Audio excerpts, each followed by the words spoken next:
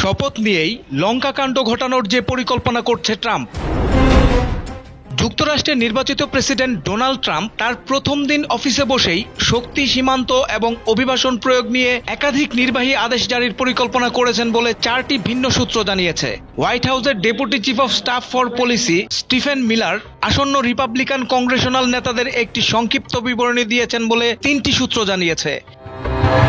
Trump সোমবার ডজনখানেক নির্বাহী আদেশে স্বাক্ষর করবেন বলে চতুর্থ সূত্র জানিয়েছে। এসব আদেশে ফেডারেল কর্মীদের অফিসে ফিরিয়ে আনার বিষয়টিও অন্তর্ভুক্ত থাকবে।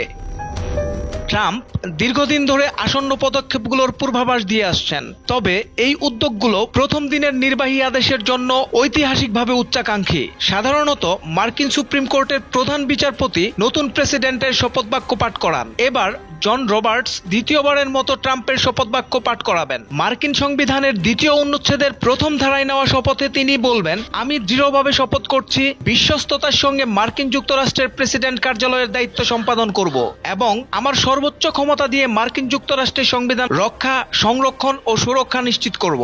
ট্রাম্প তার স্ত্রী মেলানিয়া এবং ট্রাম্প পরিবারের অন্য সদস্যদের নিয়ে ইউএস এয়ারফোর্সের একটি উড়োজাহাজ স্থানীয় সময় শনিবার ডালাস আন্তর্জাতিক বিমানবন্দরে পৌঁছে। সেখান থেকে ট্রাম্প পরিবারের সদস্যদের নিয়ে ওয়াশিংটন উপকণ্ঠে অবস্থিত ভার্জিনিয়ায় তার গলফ ক্লাবে যান। গলফ ক্লাবের আতশবাজি পোড়ানোর মধ্য দিয়ে শুরু হয় ট্রাম্পের শপথ গ্রহণ উৎসব। ট্রাম্প শনিবার ওয়াশিংটন রওনা হওয়ার আগে টেলিফোনে এনবিসি নিউজকে বলেন, সোমবার শপথ গ্রহণ অনুষ্ঠানের শেষে দায়িত্ব নেওয়ার প্রথম দিনই তিনি রেকর্ড সংখ্যক নির্বাহী আদেশে সই করবেন। যদিও ঠিক কতগুলো আদেশে সই করবেন তা এখনো ঠিক করা হয়নি বলে জানান তিনি, তবে সেটি রেকর্ড সংখ্যক হবে। ট্রাম্পকে প্রশ্ন করা হয়েছিল সংখ্যাটি 100 পার করবে কিনা। জবাবে তিনি বলেন, সংখ্যাটি অন্তত এমনই হবে।